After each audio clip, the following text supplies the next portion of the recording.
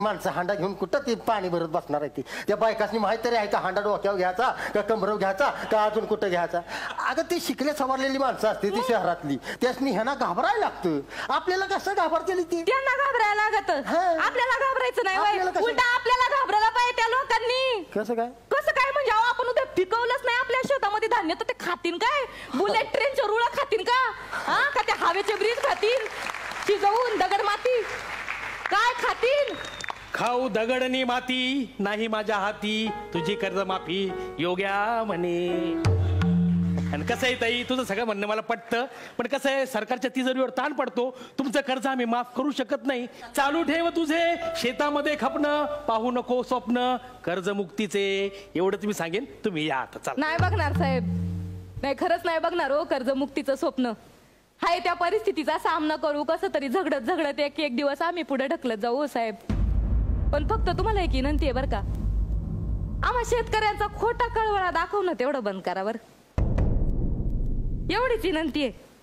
नाही आपल्याकडे कसं आहे मदर्स डे साजरा होतोय फादर्स डे साजरा होतोय पर व्हॅलेंटाईन डे पण साजरा करीत तो लोक. पण आपल्या महाराष्ट्राचं दुर्दैव आहे का गेल्या 19 मार्चला आपल्या या देशामध्ये शेतकरी आत्महत्या दिन साजरा केला गेला उपोषण करून.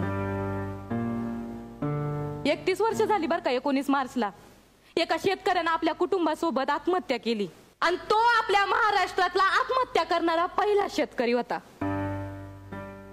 आहे की नाही आपलं दुर्दैव. आणि साहेब तो दिवस पण दूर नाही बरं का जेव्हा तुमच्यासारखेच राजकारणी असं चौकामध्ये रस्त्यावर असे बोर्ड लावतील का शेतकरी आत्महत्या दिनाच्या शेतकरी बांधवांना हार्दिक शुभेच्छा. तुमच्या पाया पडते साहेब हा दिवस आमच्या नजर पडू देऊ नका फक्त.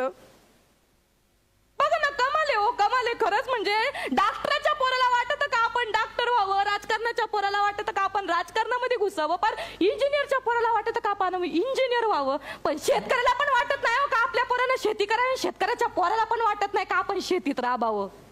हे आपलं दुर्दैव साहेब. हे असं वाटणंय ना भविष्याच्या धोक्याचा संकेत आहे बरं. ध्यानात असू द्या.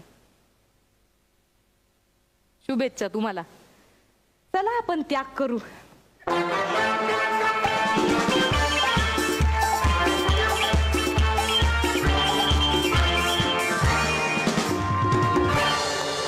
आपण जाणून घेऊ आपल्या परीक्षकांचं काय मत आहे. Mahesh sir. Yogesh super.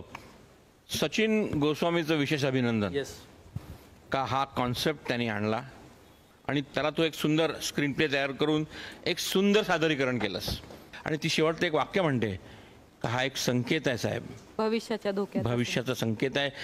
Danger bells are ringing and they are ringing. हा ॲक्ट आहे ना हा ॲक्ट नुसतं कॉमेडीची बुलेट ट्रेनमध्ये नाही राहायला पाहिजे. हा ॲक्ट ॲक्च्युली ऑल इंडिया टेलिव्हिजनवर टेलिकास्ट झाला पाहिजे. अभिनंदन. झपाटलेला परफॉर्मन्स.